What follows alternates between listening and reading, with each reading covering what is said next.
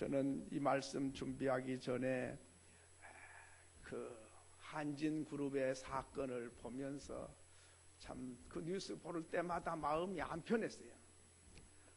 그 고용주가 그 갑질을 해가지고 사원들이 괴로워하고, 사원들이 또 가면을 쓰고 나와가지고 고용주 물러가라 그리고, 아니 한 식구가 얼마나 안 됐는지. 그러면서 성경에는 하나님의 사람들은 어떻게 살았을까, 이걸 생각을 하게 됐습니다. 그래서 오늘 제가 룻기서를 이렇게 보다가 예전에는 그런 걸 잘 못 봤는데 그런 사건을 생각하면서 이 본문을 보니까 전혀 다른 것을 또 볼 수가 있었어요. 룻기서는 서로 축복하는 내용이 가득 들어있어요. 서로 축복하니까 서로 잘 되는 일들이 일어났어요. 그렇구나. 하나님은 축복한 사람을 축복한다 그러는데, 축복하라 그랬는데 축복을 하면 너도 복이 되고 나도 복이 되고, 축복하지 아니하면 너도 복이 안 되고 나도 복이 안 되고, 이게 성경의 원리인 것을 이제서야 알았어요. 그래서 우리 성도님들과 같이 이걸 좀 나눠야 되겠다, 이런 생각이 들었습니다. 오늘 이 말씀의 역사적인 배경을 보면 룻기서 1장 1절에 보니까 사사들이 치리하던 때였다. 사사들은, 여러분, 왕이 통치를 해야지 사사들이 통치를 하면 어찌 될까요? 이게 지금 비상사태나 마찬가지. 우리나라로 말하면 대통령이 통치를 한 게 아니라 계엄령이 발령돼 가지고 총사령관이 나라도 지키고 정치도 하고 뭐 이런 시대가 사사들이 통치하는 시대입니다. 그러니까 나라가 지금 안정감이 없지요. 또 거기다가 베들레헴에 흉년이 들었다. 이 정치도 지금 흔들린데 흉년이 들어서 경제적으로도 흔들리는 시대가 됐다 하는 것입니다. 그러니까 이 엘리멜렉이라고 하는 사람이 부인과 말론과 기론이라고 하는 네 식구가 정치적으로 이래갖고 못 살겠어. 거긴데다가 흉년 드니까 더 못 살겠어. 그래서 이민을 가기로 결정해서 모압 나라로 이민을 떠나게 됩니다. 여러분, 이민 가보신 분도 아시지만은 이민 생활이 보통 또 어렵습니까? 낯설고 물설고 아는 데도 없고, 거기서 산다는 게 보통 어려운 게 아니죠. 거기서 이제 살다가 남편 엘리멜렉이 죽었어요. 남편 죽고 나면 하늘이 무너진 것 같잖아요. 잘 살아보려고 갔는데 남편이 죽은 거죠. 그런데 두 아들을 장가를 보냈는데 아들 하나도 못 낳고 손자 하나도 못 보고 두 아들이 또 죽은 거예요. 그러니 남편 죽고 두 아들 죽고 세 여인 과부만 남게 된 거예요. 참, 여러분, 뭔 일을 만나도 회복이 가능하면 좀 낫습니다. 돈을 다 잃어버렸어. 속상하지. 그렇지만 또 벌면 회복이 되잖아요. 그런데 남편이 죽어버리고 아들이 죽어버리고 나니까 회복이 안 되잖아요. 회복이 안 되는 일이 어려운 일이지요. 이렇게 돼서 이제 세 여인이 남아서 앞이 캄캄합니다. 이때에 오늘 읽은 장면은 뭐냐면, 이제 모압 여자 두 며느리, 모압 여자들이 있는데 나오미는 이스라엘 사람이잖아요. 그러니까 세 여인이 앉아가지고 나오미 시어머니가 며느리들에게 말하는 거예요. 자, 뭐라고 합니까? 오늘 8절부터 보니까 너희 어머니 집으로 돌아가라. 이게 뭐예요? 친정집에 가라, 그 말이에요. 너 남편 죽었는데 친정집에 다시 가라. 그 소리는 뭐예요? 다시 재혼해 가라, 그 말이에요. 그 다음에 하나님이 너희를 선대하시기를 원한다. 하나님이 너희들을 축복하기를 원한다. 다시 말하면 새로 시집 가서 새신랑을 만나서 그동안에 남편 받지 못한 사랑을 받고 아들, 딸 놓고 남은 여생 행복하기를 원하고, 하나님이 너희들의 앞날을 축복해 주기 원한다. 이렇게 축복을 해서 작별 인사를 하고 입을 맞추고 떠나 보내는 장면입니다. 참 슬픈 장면이죠. 남편 죽고 두 아들 죽고 있는 며느리를 돌려보내고 이제 덜렁 혼자 남는 그 시점입니다. 얼마나 안타까운 일입니까? 참 불행하기 짝이 없는 환경입니다. 이때에 축복해서 보냈다는 사실이 참 중요합니다. 지금 축복할 마음이 있습니까? 남편 죽고 아들 다 죽었는데 며느리 지금 떠나보내야 되는데 뭔 축복할 마음이 있겠어요? 이때에도 이런 상황인데도 나오미는 며느리들을 축복해서 보내준다는 것입니다. 어느 권사님의 이야기를 제가 간증을 듣다가 그 권사님이 옛날 시집살이 하던 이야기를 하는 거예요. 슬픈 이야기였어요. 왜냐하면 시집을 갔는데 얼마 안 됐는데 남편이 죽었대요. 그 옛날에는 남편이 죽으면 그냥 그 집에 시집집에 그냥 죽을 때까지 살아요. 요즘엔 누가 그런 사람 있겠어요? 근데 그때는 딴 데 가면 큰일 난 줄 알 정도로 그렇게 생각이 그랬어요.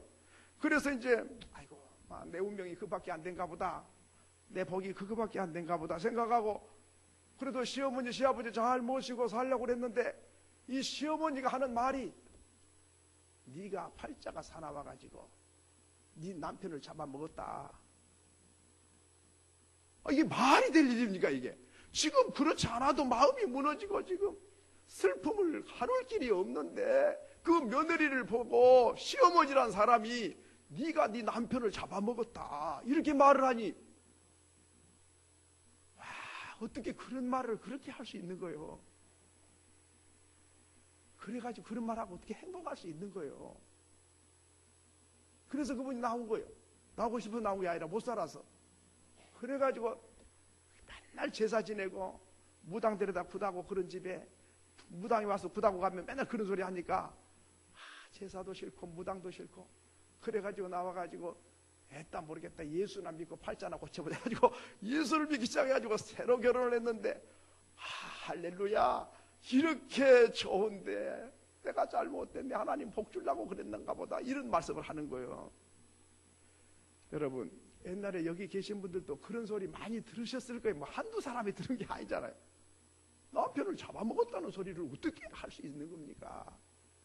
그런데 나오미는 너희들의 어머니 집으로 돌아가라. 너희들에게 하나님이 선대하시고 하나님이 너희들을 장래를 축복하기를 원한다 하고 축복 기도를 해줍니다.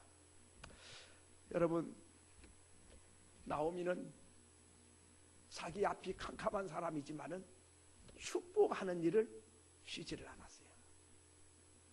나중에 나오미가 놀라운 믿음의 조상이 되지요. 그게 우연한 게 아니에요. 성경에는 네가 축복하면 축복하는 사람을 내가 복을 준다. 내 형편이 어떠하든지 상황이 어떠하든지 상대방이 나에게 어떻게 대우하든지 상관없이 나는 축복해. 그러면 내가 너를 축복할 것이다. 이게 하나님의 약속입니다. 그러니까 복받을 사람은 상대방이 이러니까 내가 축복 못하고 저러니까 열받아갖고 못 산다가 아니고 저 사람이 나에게 어떻게 대우하든지 상관없이 하나님의 백성은 축복해. 그러면 하나님이 나에게 복이 되게 하시겠다 하는 것입니다. 그러니까 복을 받을 사람은 상대방이 선하든 악하든 상관없이 축복하는 사람이고 복을 못 받을 사람은 상대방이 열받게 하면 저주를 하고 안 그러면 자기 좋아하는 사람 축복하고 그 사람은 복 받을 사람이 아니에요. 오늘 나오미는 바로 이런 상황에서도 축복했다 하는 것입니다. 두 번째로는 보아스를 우리가 보면 보아스도 어떻게 그렇게 복을 많이 받았을까? 축복하는 사람이었어요. 보아스는 입만 열면 축복을 해요. 복을 받았기 때문에 축복한 게 아니라 늘상 축복하는 삶이 자기 일상 생활이에요. 자, 룻기서 2장 4절 보면 그렇게 말씀했습니다. 같이 한번 읽겠습니다. 2장 4절 시작. 마침 보아스가 베들레헴에서부터 와서 베는 자들에게 이르되 여호와께서 너희와 함께 하시기를 원하노라 하니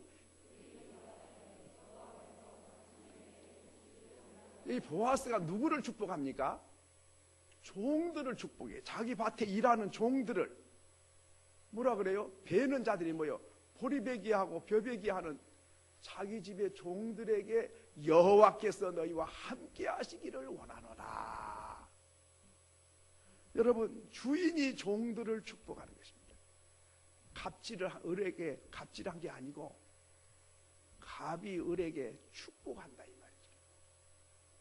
여러분, 종들을 발에 때같이 여기면 그 사람 복 받을 수가 없어요. 종이지만은 가뜩하게 축복합니다. 그러니까 종들이 또 축복하죠. 그들이 대답하되 이 종들이 말하죠. 여호와께서 당신에게 복 주시기를 원하나이다. 그러니까 주인은 종들을 축복하고 종들은 주인을 축복하는 거죠. 얼마나 아름다운 장면입니까? 그 한진그룹 사태하고는 정반대지요. 이렇게 축복하는 거예요. 어떻게 축복할까요? 주인은 여러분이 우리 회사에 와서 일해주니 너무 좋습니다. 여러분이 성실하게 일해주니까 우리 회사가 이렇게 잘 되는 거지요. 여러분은 우리의 가족입니다. 여러분과 함께 kho락을 같이 하십시다. 같이 울고 같이 웃고 같이 나누고 삽시다. 우리는 한 식구입니다. 이렇게 축복하는 거죠. 그러면 일꾼들은 어떻게 화답을 해야 될까요? 아이고, 당신이 회사를 차려가지고 이렇게 만들어가지고 우리에게 일자리를 제공해주고 우리에게 먹고 살도록 이렇게 온 가족들을 다 편히 살도록 해주었으니 아이고, 사장님 건강하세요. 오래 사세요. 사장님 참 복받을 겁니다. 사장님 덕분에 우리가 삽니다. 이렇게 돼야 되잖아요. 그러면 사장님과 직원이 서로 축복을 한 게 한 일방적으로 축복이 아니라 여기 보니까 서로 축복을 했잖아요. 서로 축복하니까 잘 될 수밖에 없는 거지요. 서로 대적하면 성경에 보니까 한번 따라합시다. 서로 물고 뜯고 싸우면 피차 멸망할까 조심하라. 서로 싸우면 망한다는 게 성경이에요. 그러나 서로 축복하면 하나님이 복을 주겠다는 게 성경입니다. 그렇기 때문에 상대방이 뭐 좀 잘할 수도 있고 조금 못할 수는 있어요. 사람이 어떻게 하나님처럼 100% 잘할 수만 있습니까? 그러면 서로 그저 따뜻거려주고 덮어주고 위로해주고 격려해서 그래서 서로 축복이 돼서 나는 저 사람 때문에 살게 됐어. 또 저 사람은 아이고 나는 이 사람 때문에 내가 이렇게 됐다고, 이 사람 덕분이라고.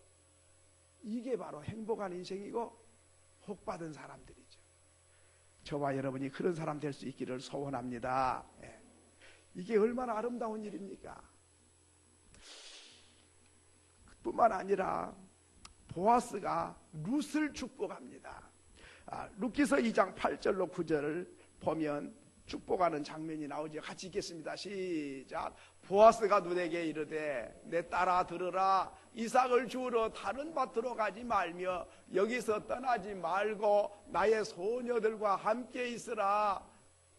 그들이 베는 밭을 보고 그들을 따르라. 내가 그 소년들에게 명령하여 너를 건드리지 말라 하였느니라. 목이 마르거든 그릇에 가서 소년들이 길어온 것을 마실지니라 하는지라. 여러분 얼마나 아름답습니까? 보아스는 큰 농장 주인이에요.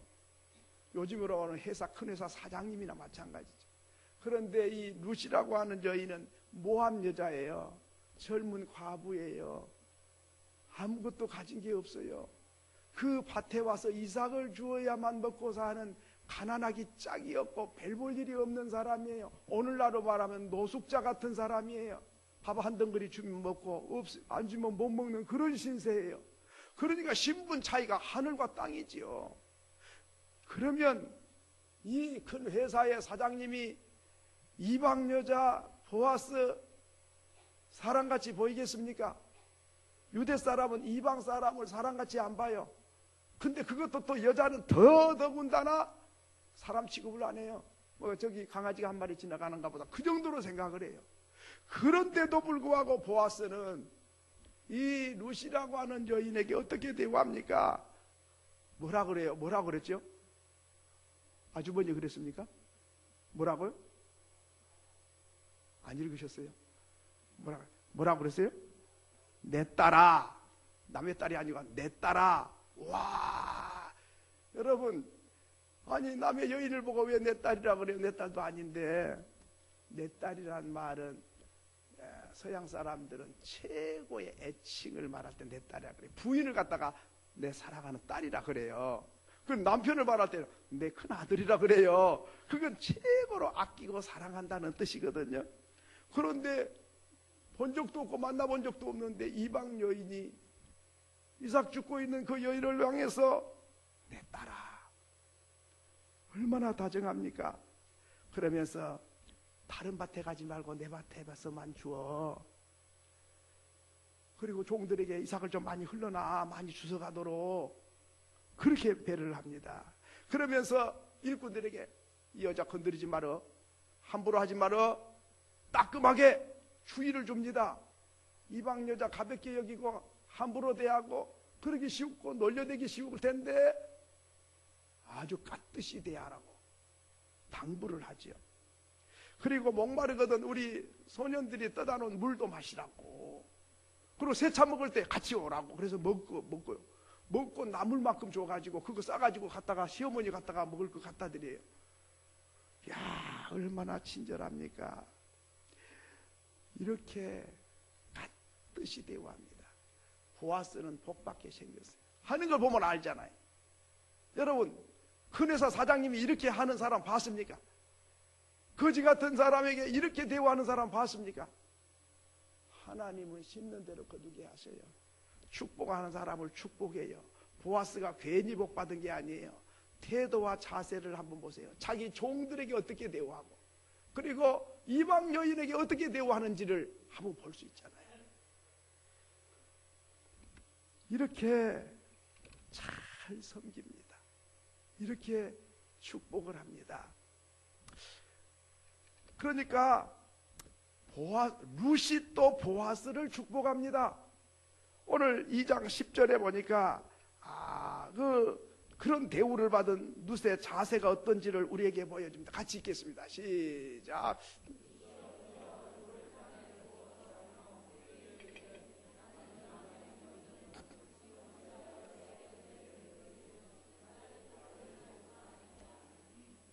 여러분, 룻이 어떤 자세를 취합니까?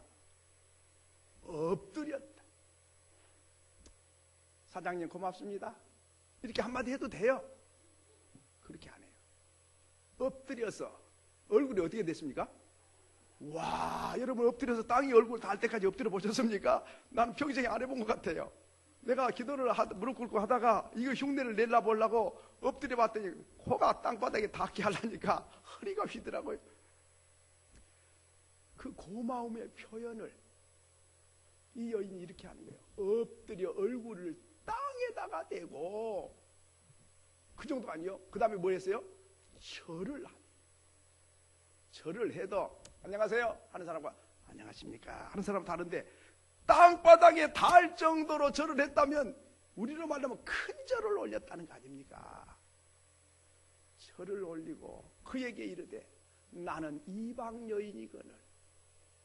이방 여인은 사람 취급도 안 해준다 그 말이지. 그런 여인인데 당신이 어찌하여 내게 은혜를 베푸시며 나를 돌보시나이까?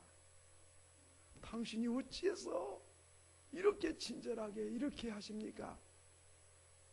여러분, 이 내용을 10절 이하를 더 읽어보면 13절에 보면 그렇게 말씀했습니다. 우리 13절을 같이 2장 13절을 한번 보겠습니다. 시작. 룻이 이르되 내 주여 내가 당신께 은혜 입기를 원하나이다. 나는 당신의 하녀 중에 하나와도 같지 아니하오나 당신이 이 하녀를 위로하시고 마음을 기쁘게 하는 말씀을 하셨나이다 하니라.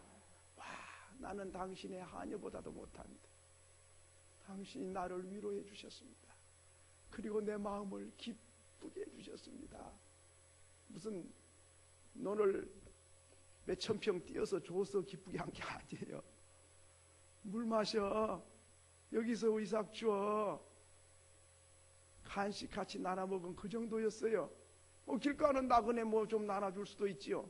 그 정도였는데 지금 받아들이는 것은 엎드려 얼굴이 땅에 대도록 절을 하고 감동을 해가지고 어찌하여 은혜를 베푸시고 날 돌아보십니까?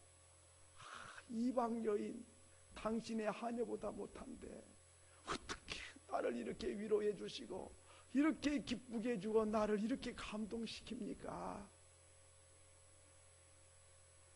이게 중요합니다.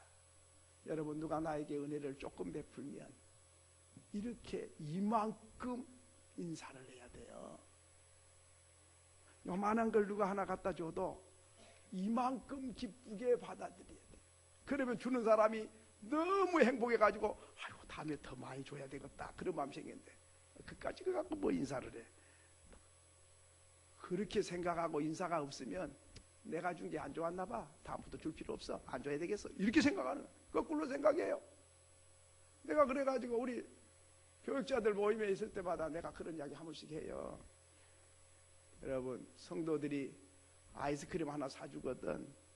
집사님, 이렇게 맛있고 달고 맛있는 아이스크림 처음 먹어본 것 같아요. 너무 시원하고 맛있어요. 그렇게 인사를 하라고 그래요. 다 아이스크림이 달고 맛있지 뭐 안 달고 맛없는 게 있겠습니까? 많은 표현을 아주 공손하게 더 감격해서 나 같은 여인을 이렇게 기쁘게 해주고 이렇게 감동을 시켜줘서 엎드려 얼굴이 땅에 닿도록 절을 하는 사람, 이게 보아스 마음을 움직였어요. 그래서 이스라엘 여자들, 그렇게 미녀들이 많고 그렇게 똑똑하고 그렇게 주의완 좋은 사람 많아도 이스라엘의 여자가 없어서 이 룻이라고 하는 이방 여자 과부에게 자기 부인으로 삼았겠어요? 우연한 게 아니에요. 마음이 감동이 됐어요. 야, 이런 여자도 있네. 나를 하나님처럼 생각하는, 엎드려 땅바닥에 엎드려 절을 하고 감동을 하네. 이런 여자와 함께 살면 행복하겠다, 판단이 선 거예요. 그래서 이스라엘에 이쁜 여자가 뭐 한두 명 있겠어요? 그 부잣집의 농장 주인이 장가 오라는 데가 한두 군데 되겠습니까? 집안 좋은 데가 한두 군데 되겠습니까? 그런데 다 싫다고 하고 이 이방 여자 과부 룻을 자기 아내로 삼았는 것이죠. 이렇게 중요해요.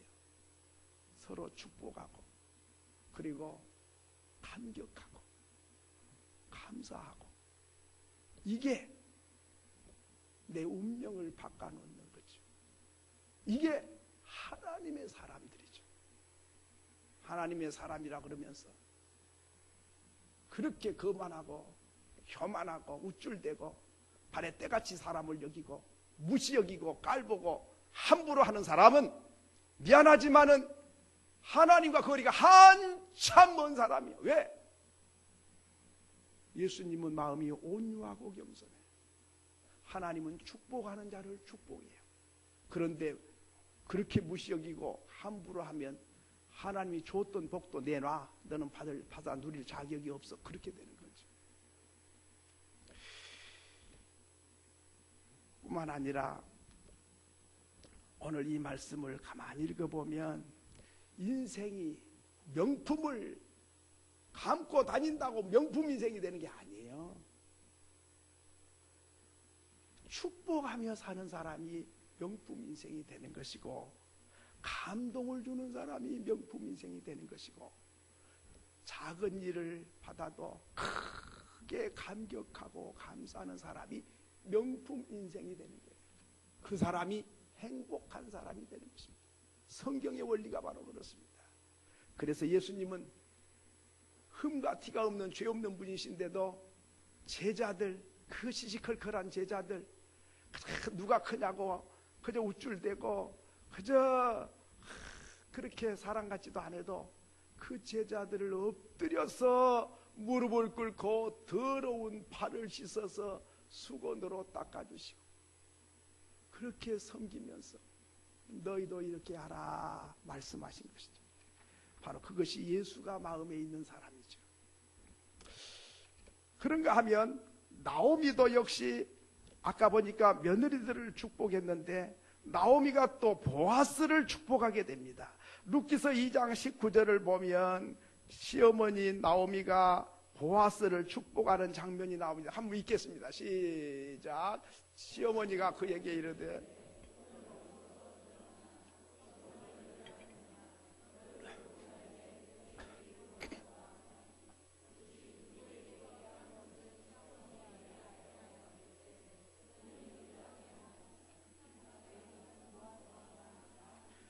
오늘 어디 가서 이삭 주었냐? 시어머니가 궁금한 거예요. 며느리가 이삭을 주오니까. 근데 많이 주었어. 그러니까는 오늘 어디 밭에 가서 너 이삭을 주었냐? 보아스라는 사람 농장 주인이 거기서 이삭을 주라 그래서 거기서 주었습니다.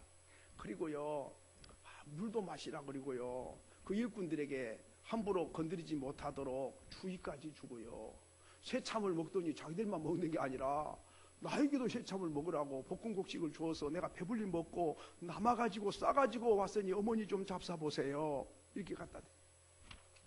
이 이야기를 듣고 룻기서 2장 20절에 보니까 나오미가 자기 며느리에게 이르되 그가 여호와께로부터 복받기를 원하노라. 한번 따라합시다. 복받기를 원하노라.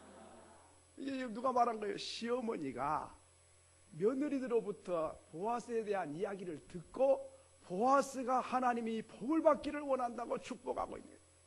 그러니까 지금 나오미는 보아스를 만난 적이 없어요. 밭이 어디 있는지도 몰라요. 어떤 사람인지를 몰라. 그렇지만은 내 며느리 말을 들으니까 이 보아스가 보통 좋은 사람이 아닌 거예요.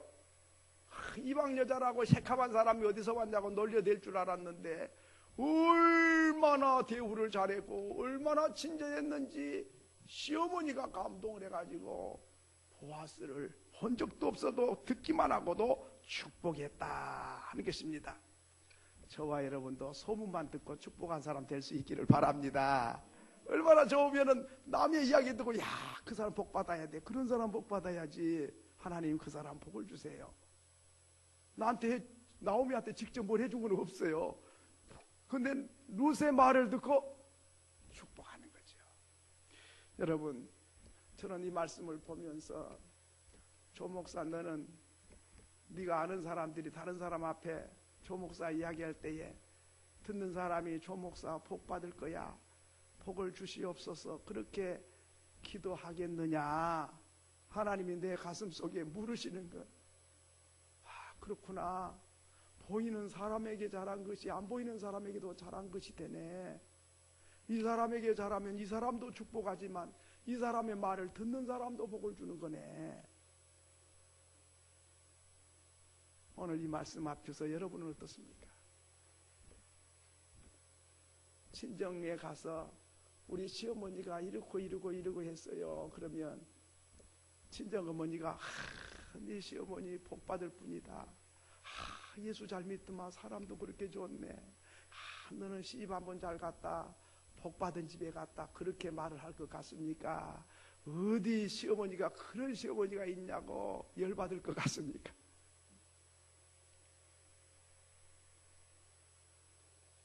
오늘 나오미는 본 적이 없어도 축복합니다. 누구를 축복했다 그랬죠? 누구를? 보아스를. 보아스를 축복하니까 결국은 누가 복이 됐습니까? 자기가. 왜? 며느리 보아스 사이로 얻었잖아요. 그래가지고 아들 딸 낳았잖아요. 그리고 나중에 오벳이 나고 이새가 태어나고 다윗 왕이 태어나고 솔로몬이 태어나고 예수가 탄생했잖아요. 그러니까 나오미가 보아스를 축복했는데 그 복이 다 자기에게로 온 거지요. 축복하는 사람을 하나님은 이렇게 복을 주십니다. 전혀 본 적도 없고 만난 적이 없지만 축복하고 나니까 그 복이 내게로 오는 거죠. 놀랍지 않습니까? 만약에 보아스 못됐다고 저주를 했다 그러면 어찌 됐을까요? 그 저주가 내게로 오는 것이죠. 누워서 침 뱉는 거나 마찬가지. 그런가 하면 또 백성들이 이 보아스 가정을 축복합니다. 룻기서 4장 11절로 12절에 보면 그렇게 축복합니다. 같이 읽겠습니다. 시작. 성문에 있는 모든 백성과 장로들이 이르되 우리가 증인이 되나니 여호와께서 내 집에 들어가는 여인으로 이스라엘 생주의 새로운 일과 내가 하실 12절 계속 에브라스에서 유력하고 베들레헴에서 유명하게 하시기를 원하며 여호와께서는 이 젊은 여자로 말미암아 네게 상속자를 주사 내 집에 다말이 유다에게 낳아준 베레스의 집과 같게 하시기를 원하노라 하시니라. 여러분 누가 축복합니까? 백성들이 축복하고 장로들이 축복을 했다 하는 것입니다. 근데 저는 옛날에 성경 볼 때는 뭐 그런 거 잘 안 들어왔는데 가만히 보니까 전부 다 축복하는 사람들이에요.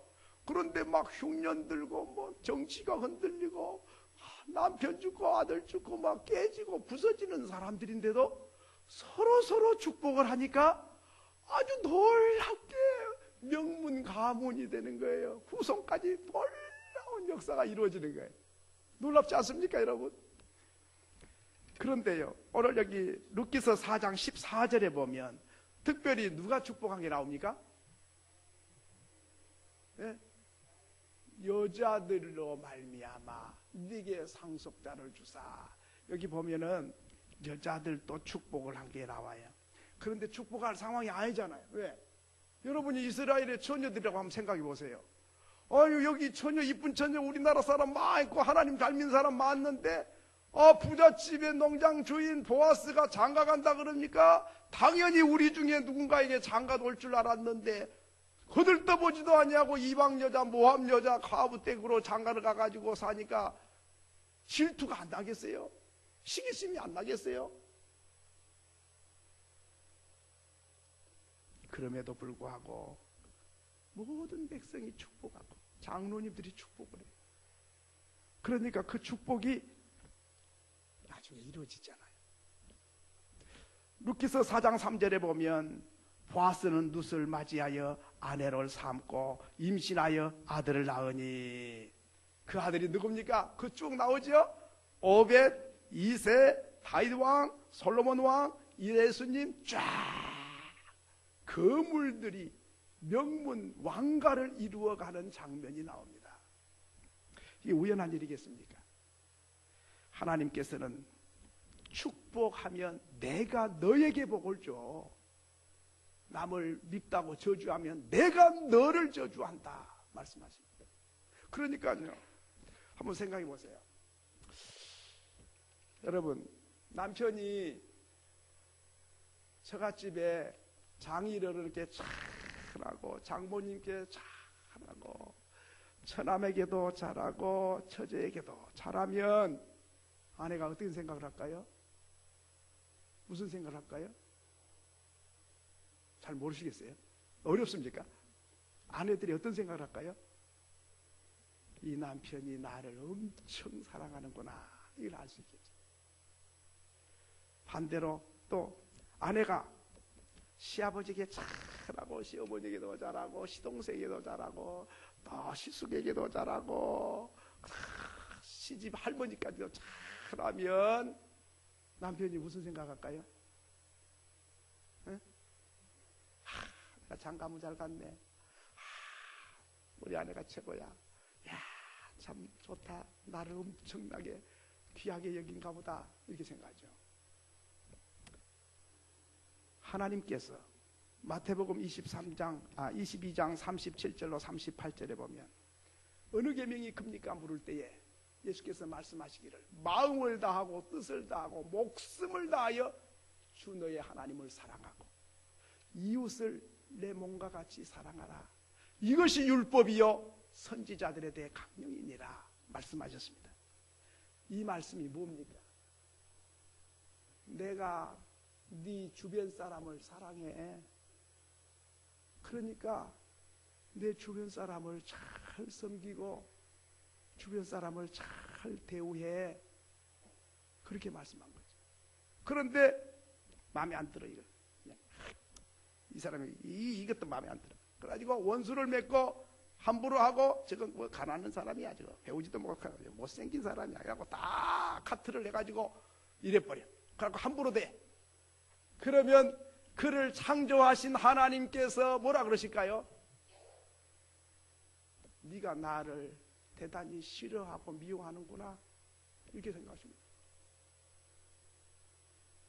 그런데 반대로 원수 같아. 해코지를 하고 함부로 대하고 막, 그래도 나는 그냥 싫어. 그래도 하나님이 원수를 사랑하라고 그러고 이웃을 내 몸처럼 사랑하라고 그러니까 잘 섬기고 친절하게 대우를 해. 그럼 하나님이 우리를 향해서 어떻게 생각하실까요? 네가 나를 엄청 사랑하는구나. 내가 너에게 복을 줘야지 누구에게 복을 주겠느냐, 이렇게 생각하신 거죠. 여러분, 그러기에 축복하는 사람을 하나님은 사랑하십니다. 축복하는 사람을 하나님은 복 주십니다. 민수기서 6장 23절로 26절에 보면 하나님은 자기 백성을 축복하기를 소원하신다고 했습니다. 한번 읽겠습니다. 시작. 아론과 그의 아들들에게 말하여 이르기를, 너희는 이스라엘 자손을 위하여 이렇게 축복하여 이르되, 여호와는 내게 복을 주시고 너를 지키시기를 원하며, 여호와는 그의 얼굴을 내게로 비추사 은혜 베푸시기를 원하며, 여호와는 그 얼굴을 네게로 향하여 드사 평강 주시기를 원하노라 할지니라 하라.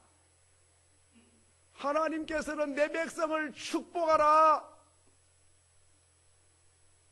왜 축복하라 그랬냐면, 축복하기를 하나님이 원하시고, 축복하면 축복을 받은 사람이 복을 받기 때문이 아니고, 축복하는 너를 내가 축복하기 위해서 너는 축복하는 사람 되라, 이 사실을 이야기합니다. 여러분, 하나님이 축복하는 사람을 복 주시지 축복을 받는 사람을 복 준 게 아니에요. 그러니까 우리는 축복하는 사람이 얼마나 귀한 사람인지 몰라요. 이제 말씀을 맺습니다. 나는 내 주변 사람의 디딤돌이 되는 것이 하나님의 사람입니다. 나는 내 하나님, 믿음이 뭡니까? 성도는 뭐 하는 사람입니까? 하나님을 기쁘시게 하고 내 주변 사람을 행복하게 만드는 사람, 그 사람이 성도요. 그런데 하나님은 기쁘게 하는데 사람을 슬프게 해, 그 성도가 아니에요. 사람은 기쁘게 해, 행복하게 해, 하나님을 슬프게 해, 그것도 성도가 아니에요. 하나님을 기쁘시게 하고 목숨 다하여 사랑하고 이웃을 내 몸처럼 아껴서 나 때문에 내 주변 사람이 행복해지고 살맛이 나고 나 때문에 디딤돌이 되고 나 때문에 힘을 얻으면 그 사람은 하나님의 자녀요. 그런데 반대로 저걸 이용해 가지고 내가 짓밟고 내가 무엇을 얻으려고 한다면 그거는 하나님과 거리가 한참 먼 사람이지. 사랑하는 성도 여러분, 내가 내 주변 사람의 디딤돌이 된 사람, 내가 내 주변 사람에게 기쁨이 되는 사람, 내가 내 주변 사람에게 축복의 통로가 된 사람, 바로 그 사람이 하나님의 사람입니다. 요셉이는 보디발의 집에 가도 보디발 집을 축복해서 잘 되게 하고, 감옥에 가도 감옥의 죄수들을 행복하게 만들어, 애굽 나라의 백성들이 굶주리고 있을 때에 배불리 먹여주고 살도록 해주는 것이 요셉이었어요. 그러니까 하나님 기쁘게 하고 주변 사람 살만 나게 해주니까 하나님은 요셉이를 하나님이 축복하고 높이십니다. 다윗은 형님들을 왕으로 기름 부으러 사무엘이 왔을 때에 형님들 가서 기름 부어서 왕 되세요, 나는 양 지키고 있을게요, 그게 다윗이에요. 형님들 축복의 디딤돌이 되어주는 거죠. 뿐만 아니라 골리앗이 침략해 왔을 때에 골리앗을 넘어지게 하고 나라를 건져서 백성이 살 길을 열어주는 것이 다윗입니다. 들판에 가서 양떼들을 지켜주고, 그리고 나발의 양떼를 지켜주고, 그래서 남의 양 훔쳐가지 못하도록 지켜서 편안하게 살기 좋게 만들어주는 것이 다윗이었어요. 이렇게 주변 사람을 복되게 하니까 하나님께서는 그를 높이고 높이셔서 총리로 임금으로 세우셔서 하나님께서 영광을 받으신 것이죠. 그런데 남을 이용해서 내가 배를 채우려고 그러면 그건 하나님께서 안 기뻐하셔. 오늘 여러분, 나 때문에 내 가족이 행복해야 됩니다. 나 때문에 내 주변 사람이 살만 나야 됩니다. 나 때문에 사람들에게 자랑거리가 돼야 됩니다. 그 사람이 하나님의 사람입니다. 그런 사람을 하나님은 축복하십니다. 그런 사람을 하나님은 높이십니다. 그 사람이 하나님의 사람입니다. 저와 여러분이 그 사람이 되면 하나님이 기뻐하시고 나도 행복하고 주변 사람도 행복해질 줄로 믿습니다. 믿으시면 아멘.